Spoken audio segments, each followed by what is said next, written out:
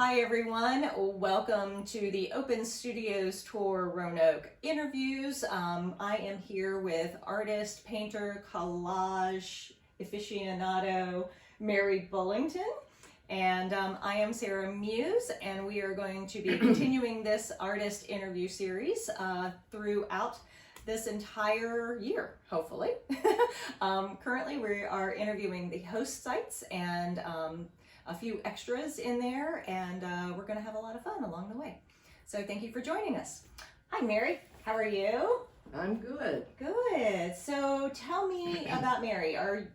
Do you just go by Mary Bullington? Do you have ways that people can find you? What is your best way? I am Mary Bullington. I have a website. We went with Mary Boxley Bullington. I was showing out of town in Charleston, West Virginia. And so I sort of got stuck with that, I guess. But anyway, that's what I use as my professional name, Boxley, B-O-X-L-E-Y, but I just am Mary. Okay. So do you show anywhere locally? Do you have your work anywhere locally? Sometimes I have it at Lindor Arts. Okay, great. And right now that's it, and it's here. Most of it is always here. Right. And a lot of it is on the floor. In your studio. On the floor in your studio. On the floor, in the studio, in the front hall, right. In the hall to my to my studios, everywhere. There's just stuff everywhere. And you have a Facebook page and I've got a website under Mary Boxley Bullington. Okay, great. Great. And you can find her on the Open Studio Tour website as well. So what is your background? All my degrees are in English. All of them. And I have 3. I've always done art. But like all artists have always done art. I drew incessantly during my classes, all through elementary school and high school.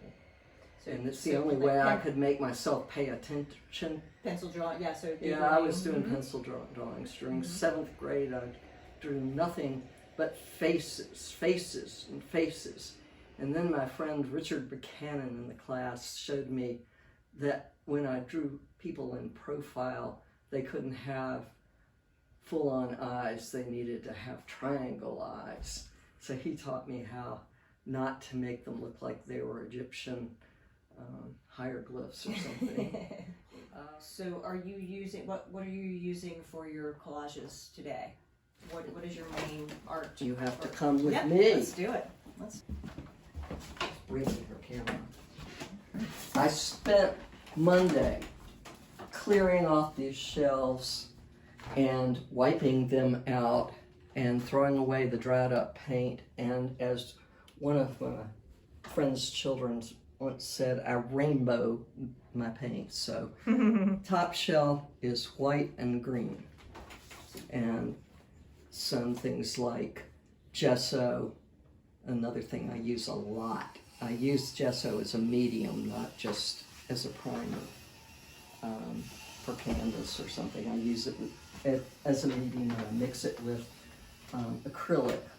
And it has a disadvantage because it lightens, it's white, and I use it as a white paint.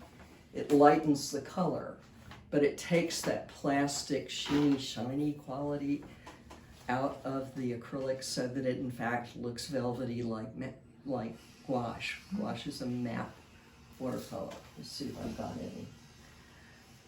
So what got you into doing collages? So I'm throwing these Was it your friend who brought you collage paper, or? These are gouaches. This is a gouache. This is a gouache. M. Graham. It's a good, they bind it with honey. It even smells good. My studios, when I used to use a lot of gouache, my studios would smell sweet like honey. Oh, fascinating. Nice. They were messy and horrible looking, but they smelled good. Yeah. Did you start with painting? Did you start with I started with painting. I very quickly went from trying to draw realistically, which I couldn't do because you need training, and the younger you get that training, the better. I had done my project on Matisse. I went to Ms. Marr and asked her who she would recommend. I said, I want a modern artist, but I don't want to do Picasso because he's too obvious or something. I don't know why. So, and she suggested Matisse. So I went to the library, and I went to the Hollins Library, which had a lot of wonderful books on Matisse. And my mother started buying me books on Matisse and other modern artists. And he started having his art assistants or assistant paint watercolor paper or printmaking paper in solid colors in gouache because the color was so intense. And then he had these wonderful, I have these little wallpaper shears. Little. Yeah, but he could get German and French scissors, you know, with blades like this. And they were painting with gouache, and that was, I realized later when I read about Matisse again, that's where it went into my subconscious, and that's how I remembered it when I needed it. But to answer your question about collage, you go back to UNC graduate school, my good friend Deborah Mutnick. She came down to visit. I had a little creative writing conference with some old friends from UNCG. But during that visit, she brought a box of color aid paper, which I had never heard of or seen. And this is a shoebox. It's not the actual, and I don't know, some of this may be color aid and some of it may be other stuff. But every sheet is silk screened with a vivid color, a hue or a shade or a tone. I went home and made my first 20 by 30 collage for my mother's birthday. And it was a very nice piece, and it was very abstract. I had planted a garden that year, and I became enamored with moonflowers, and I used a cobalt blue as a background, and then I had the heart-shaped leaves, and then I turned the paper over because that was the whitest paper I had to make the shapes of the flowers. Anyway, unfortunately, it bit the dust many years later. It got mildewed and thrown out. No. So, how has that evolved now into what you're doing today? well, actually, in Richmond, before I even went to IU, there was a wonderful retrospective of Mary Bearden's collages. This is the rough draft, so to speak. Mm-hmm. I may or may not collage in the clothes, but I will collage in some and maybe all of the faces, many of the faces. Okay, I've got,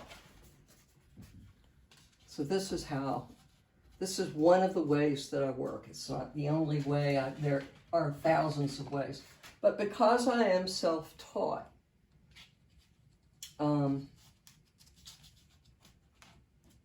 I needed a medium or a technique that would allow me to be selective, especially as a beginner, selective about, you know, you paint something and there's one good area and there's another.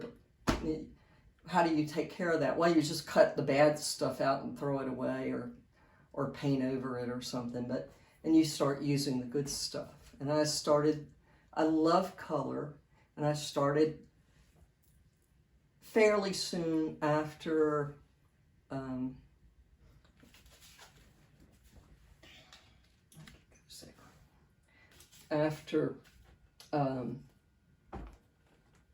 anyway, you got the picture of how this goes. Mm-hmm. The baby, that baby is not totally in control. And I've got a very sad face to put here if I can find it. It's hard to talk and do art at the same pay time. attention to what you're doing at the same time. It is. You know, this one looks like my niece, Sarah, who lives in the Virgin Islands and just got married last year. And I didn't know, a lot of times when I'm painting, people that I know, their faces will show up. And all of a sudden I'll go, geez, you know?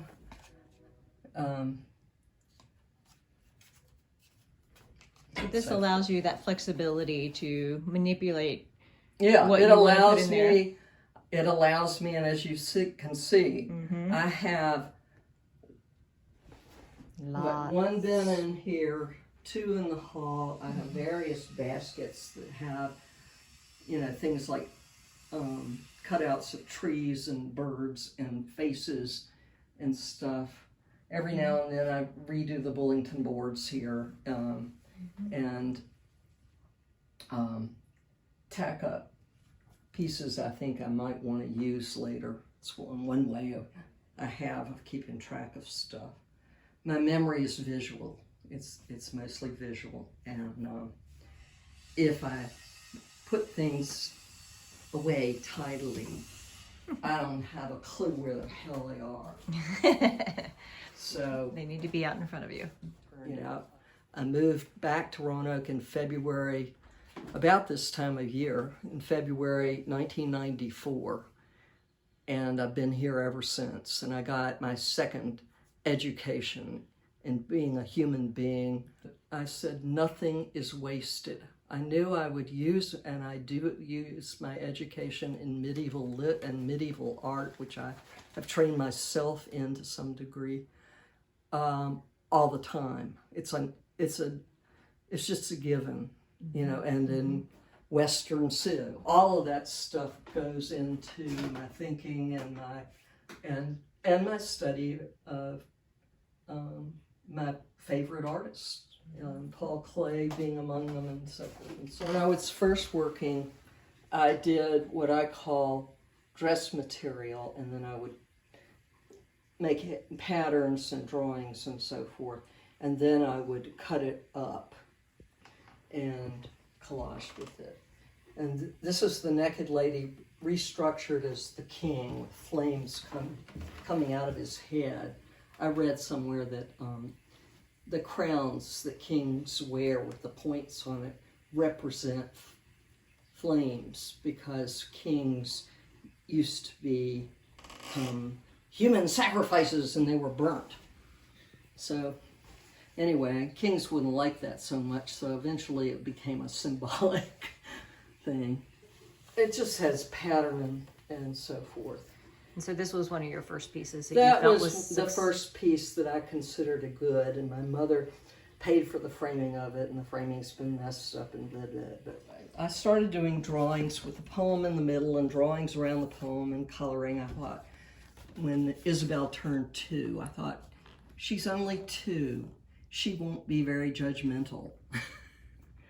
And after doing that for almost a year, I had a book filled with these things, and I started doing them on separate sheets of paper. And that loosened me up so I could draw. And I could draw in a way, you know, I just draw the way I draw. This is a piece of foam core I cut to go on this table to protect. I always wanted a slant top desk, and I finally got one, and so I wanted to protect it. So I put this on it. And Mary cannot have a blank sheet of anything in front of her without covering it. So I doodled on it, and then I added a little color, and then I doodled on it some more. And don't ask me what it is. That's not my job. My job is to do it. Other people can write their dissertations on it or whatever. I don't know.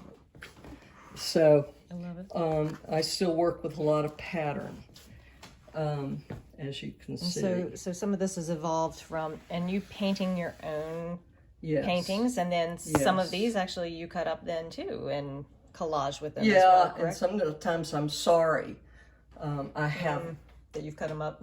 photographs and just stacks of, you know, files and files in my photograph files that are labeled destroyed for no good reason. You know, sometimes I think I've destroyed my best work over the years sometimes. So you have to be careful. And I'm lucky enough to have found these map drawers that somebody made out of plywood, and That's great. I found them, and they were mine for $100, so I could do it. But anyway, I draw and draw and draw, and early on, after I'd moved to Mama's house and rented the studio, I did a few sort of small collages of angels that were kind of funky. They were African and inspiration, and different from most of what I guess people were doing in those days. So I took them. Color Xerox was a new technology at least for me, in 1994. I took them to Kinko and had color Xeroxes made of them and sent them. By this time, I had lucked into gallery representation in a wonderful gallery called the Art Store that I had never been to in Charleston, West Virginia. It was run by, let me get her out of here because she just interferes right now. And I sent these things off in March. And 2 weeks later, the art director of the Art Store called me up and offered me a solo show in the fall of 1994. So October 93, I defended my dissertation, and October 94, I walked into the gallery, and they told me this was unheard of, but they not only gave me the show, but they framed all of it for me, 30 pieces. And I paid them back for that as I sold. And I sold because they were good sellers. I sold a couple of pieces, I think, and one big piece to the chef to the governor's mansion, and I sold one to the governor's wife. A lot of them came out of my dissertation, indirectly or directly. I used medieval manuscripts as part of my inspiration for some of them. So I had one called Wives and Concubines with sort of Gothic building and all these ladies collaged in, and that's one that the chef bought. And then I had one called Noah Gathering the Birds, which is obviously allegorical, because you realize if Noah put all those birds in the ark, 2 of all of the clean birds, 7 pair of all the clean birds, and 2 pair of all the dirty birds, there wouldn't be any room for any elephants or anything else, or for Noah and his wife or anybody. So I did a lot of biblical pictures in those days. I did angels. I did various things. Here, this is my Mardi Gras basket. A friend sent me these beads, and I couldn't resist. They go very well with your work. Well, actually, from having this angel in front of it, I have decided that stand back. You might need to add an angel. Cobalt blue. It needs cobalt blue and maybe one touch somewhere else, but it's better. Interesting. It's better. And I've had this picture and I've liked it for years. It started out as an art lesson for a class I was teaching on color, and I have these quasi-color wheels and mixing and so forth. And it was a full sheet, and then I knew it was pretty good when I taught from it, and I kept it up for about a year, and then one day I took it down and started to make a collage out of it. Nice. And it has had various names. It was originally titled Pieces of 8, because 8 are the numbers. There are 8 colors in the spectrum. But then I realized that was too obscure, nobody would know it.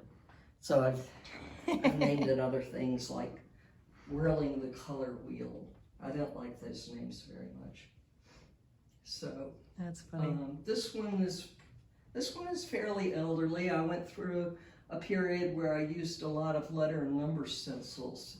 In the olden days, when you could go to Woolworths and buy good oak tag number and letter stencils, that the ones you can buy now are just, they're just garbage, really. Wimpy.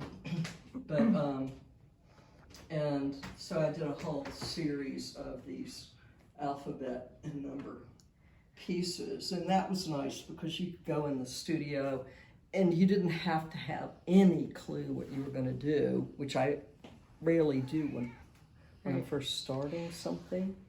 I rarely have a clue. So I know that you like to laugh. And yes. So the question that I'm asking most of the artists, if not all the artists I'm trying to remember, is what makes you laugh? I'm going to turn that question around. If I do a piece and I lay something in process on it and it makes me laugh, I know it's good. If I laugh out loud, I know it's good. Aha! You know, that's what Excellent. it is. I'm sorry. You Excellent. gotta climb up and be in my lap, and now you're gonna have to knead me like I am bread. So kitties are awesome. We all have different assistants in our lives. I would like to talk just briefly about, well, either this one or the one in the dining room with the woman in the houses. Let's talk about this one. This one is called Speaking to the Devil. The devil's talking to his girlfriend or somebody on the cell phone.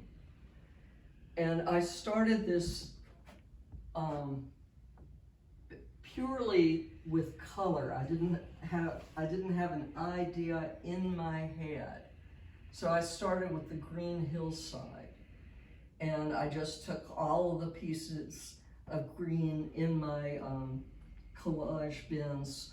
I just, reach in and I grab a few scraps and cut the greens out.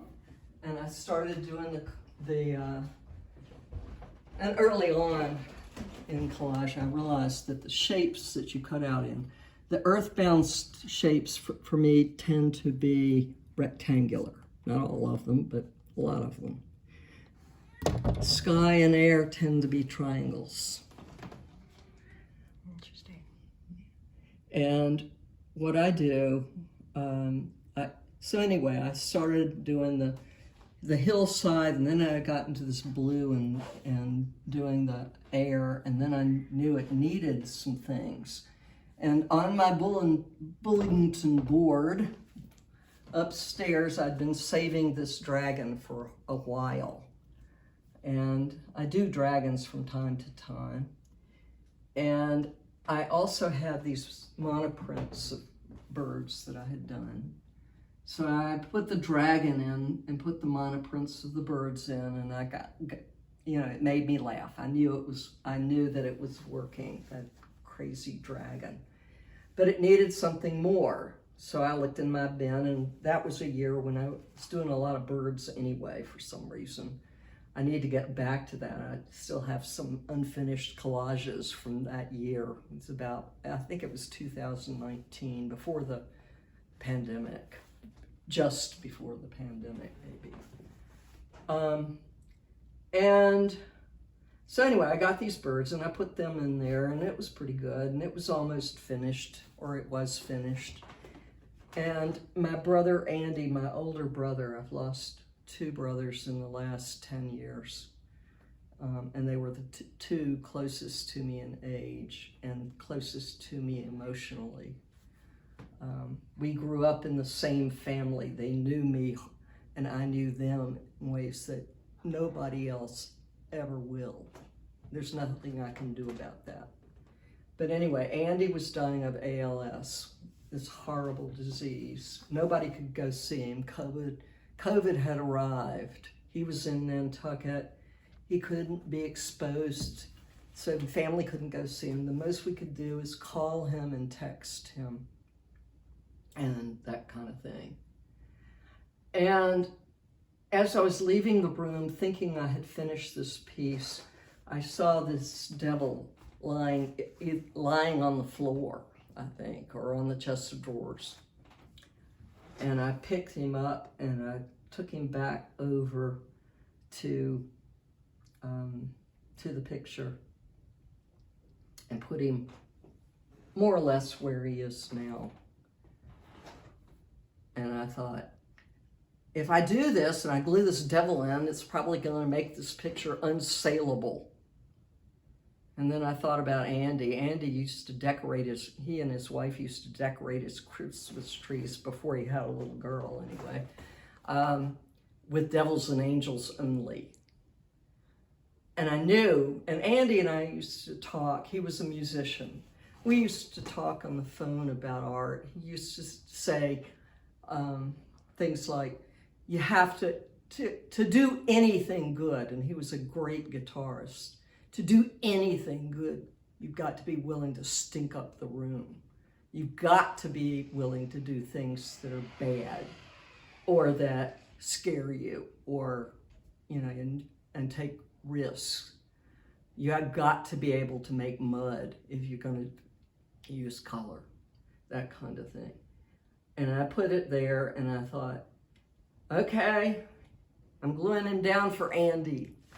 And in fact, you need him because he is the first, if you know about pictures, he's the first picture plane. You get into the picture by going through his legs up here to the second picture plane where the bird is, those birds, and the dragon up here, and finally into the sky. And so it's called Speaking to the Devil, and they're deciding where they're going to have dinner that night, I guess, or something.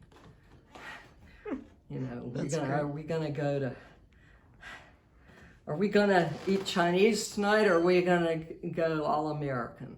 Awesome. So where can people find you, Mary? My website is Mary Boxley Bullington. I'm on Facebook. You can also find Mary on the Open Studios Tour website, which is openstudiostourroanoke.com. And we hope that you can come out and join us. It is April 29th and 30th, 2023. We're open 10 to 5 p.m. All the studios will be open. You can find the map and all the locations on the website, and we look forward to seeing you.